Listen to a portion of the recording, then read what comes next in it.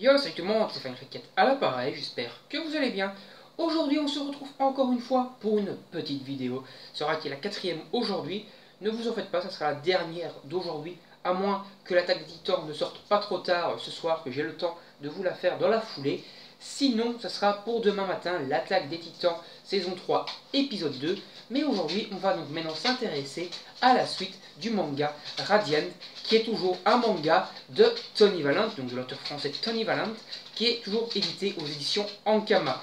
Donc dans ce volume 4, on continue toujours l'arc Rumbletone, qui aura donc commencé quasiment au début du tome 2 et qui se finira quasiment à la fin de ce tome 4. Donc en total 2 tomes et demi, un peu plus que 2 tomes et demi pour ce premier vrai gros arc, qui était un arc quand même très sympa, qui posait déjà énormément de bases et qui faisait énormément réfléchir et qui mettait quand même un regard neuf ou un regard plutôt nouveau sur la société actuelle, parce que ce manga traite énormément des problèmes de la société actuelle, que ce soit l'immigration, les réfugiés, les terroristes, etc. Ça traite énormément de ça dans ce manga Radiant, donc de racisme, etc. C'est un sujet, on va dire, très actuel, donc voilà, c'est un petit peu normal que ça traite de ça, surtout comme je vous le dis, c'est un manga français, et en France, on est quand même plus touché au Japon, enfin on est plus touché que au Japon pour l'instant, par les vagues d'immigration, etc., liées à la guerre en Syrie, tout ça, donc c'est un petit peu normal que des œuvres traitent ce genre de sujet en France plutôt qu'au Japon. Donc au niveau donc, de ce tome-ci, on est toujours dans l'arc donc, de Rumbletone, où cette fois Seth a été sauvé donc, par un personnage qui s'appelle Piodon. Donc il a été sauvé par ce personnage à la fin du tome 3. On ne sait pas vraiment de qui il s'agit, mais ici au début de ce tome, il va se révéler à Seth et lui annoncer qu'il est son grand frère, etc.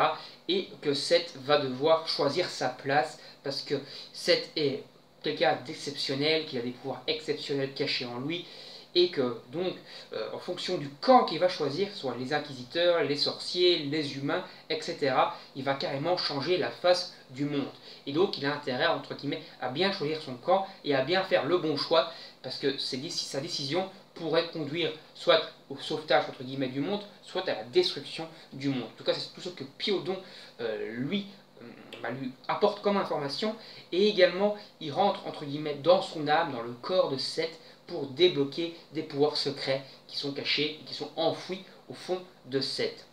Après cette discussion donc avec Piodon, Seth repart au combat donc contre Ameline qui menace complètement toujours la ville. Ameline qui s'est au préalable à nouveau combattu contre Grim. Grim qui a utilisé une arme ancienne, une ancienne arme, une arme ancestrale surpuissante, c'est-à-dire une espèce de faucille géante combinée avec des ailes, cette faucille géante que plus tu combats, plus elle devient grande, etc., qu'il arrive à manipuler malgré la taille imposante de l'arme, c'est-à-dire l'arme mesure presque 15 mètres de haut, c'est pas plus, et pourtant il arrive à l'utiliser, à faire des moulinets et tout avec. On voit que Grim est un personnage quand même super cheaté, donc il combat Ameline qui utilise donc également c'est toujours ces Ménésis qu'elle contrôle, comme Ameline est donc une Ménésis Dominor, c'est-à-dire qu'elle contrôle les Ménésis grâce à ses pouvoirs, grâce à sa flûte en l'occurrence pour elle, qu'elle peut utiliser en jouant une mélodie, utiliser les Ménésis comme elle le veut. Après ce combat donc, où Grim et Mélie ont fait un team-up contre Ameline, c'est finalement Seth qui leur vient en aide et qui va finalement prendre l'avantage, avec donc l'aide de Grim et de Mélie, sur Ameline. Ameline qui va finalement se retrouver privée de ses pouvoirs, de ses Ménésis, mais alors qu'elle s'apprête à perdre, elle va utiliser un pouvoir magique, c'est-à-dire qu'en fait, elle peut rentrer ses Ménésis dans des parchemins, dans des rouleaux, un petit peu des parchemins à la Naruto, quoi. Donc elle va rentrer ses Ménésis dans ce parchemin, alors qu'elle, elle est bloquée, qu'elle ne peut plus utiliser de magie, plus utiliser ses Ménésis. Elle va donc fusionner, on va dire, son propre corps avec le parchemin et pouvoir ainsi lancer les sorts des Ménésis. C'est-à-dire qu'elle va pouvoir lancer des attaques de vent et sortir des espèces de queues des Ménésis Echo hors du parchemin pour lancer des attaques de vent dans toutes les directions. Et donc elle va quand même pouvoir toujours continuer à se battre malgré le fait que ses pouvoirs sont bloqués en lançant des attaques magiques liées donc aux Ménésis qui sont enfermés dans ce parchemin sans qu'ils soient apparents à l'extérieur. Donc on croit qu'elle sera tout seule, mais elle aura des pouvoirs hyper cheatés de vent et elle va donc se battre de toutes ses forces contre Seth. Seth au final qui va réussir à gagner ce combat non pas par la force brute mais par le dialogue et qui va finalement réussir entre guillemets à ramener un peu Ameline sur le droit chemin, même si elle ne considère pas Seth quand même comme un ami, etc. Elle reste toujours dans son optique de destruction, mais elle se calme un petit peu dans ses envies de destruction, justement, grâce au dialogue de Seth.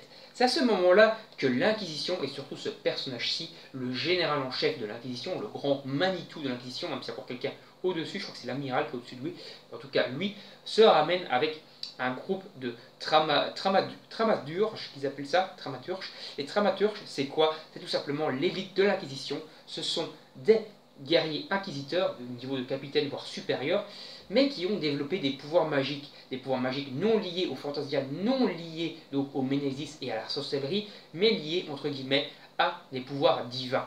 Ils peuvent donc utiliser de la magie, mais qui vient, entre guillemets, de Dieu. Donc voilà, donc c'est en gros pour combattre les hérétiques, ils ont les pouvoirs de Dieu.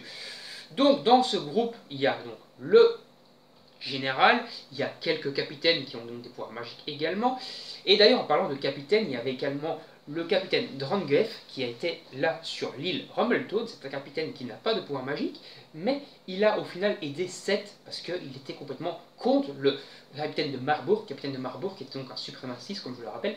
Donc au final, il a quand même aidé Seth, alors qu'au final, il est quand même contre Seth. Donc c'est-à-dire qu'entre guillemets, il est ennemi de Seth, mais comme on dit, les amis de mes ennemis, ou inversement proportionnellement, voilà, deviennent mes amis. Donc en gros, Seth est l'ennemi de Capitaine de Marbourg, donc il est devenu momentanément l'allié de Drangef, voilà, tout simplement. Et donc après, donc, ces capitaines et ces générales, etc., se ramènent. Le colonel Santori, qui est donc un colonel, donc on peut juste en dessous en grade que le général, mais donc, qui est donc quand même surpuissant, crée une espèce d'énorme masse, c'est-à-dire qu'en fait il peut se rendre en forme géante, une espèce de forme de fumée mais géante, et il va donc attaquer donc Seth et compagnie avec cette forme géante. Ameline va combattre Santori, mais c'est là que le général en personne va attaquer et va tuer Ameline sous le regard de Seth. Seth qui va péter un boulard et qui va débloquer les nouveaux pouvoirs que lui a donné Piodon, ou plutôt que Piodon a débloqué en lui.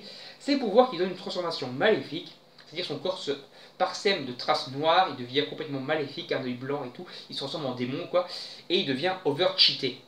Là il va quand même réussir à se battre contre le colonel Santori et le général en même temps, mais face à eux deux, il ne fera pas le poids même avec cette transformation, mais au passage, il va one-shot un commandant, donc un commandant qui est donc au-dessus du capitaine de Marbourg, et pourtant Seth, avec cette transformation, va le one-shot en un seul coup de poing, il va le mettre en compote, littéralement sur le sol, mais face au général et au colonel, il ne fera bien sûr pas le poids, et il se fera donc vaincre.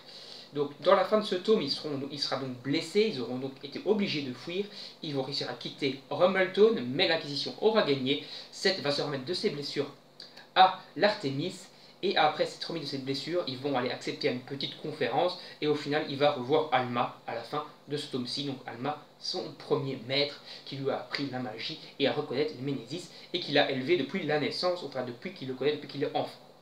Donc voilà pour la fin de ce tome 4, voilà pour la review de ce tome 4, n'hésitez pas à vous abonner, à activer la petite cloche pour ne rien manquer, à donner votre avis sur Radium et sur ce tome en commentaire.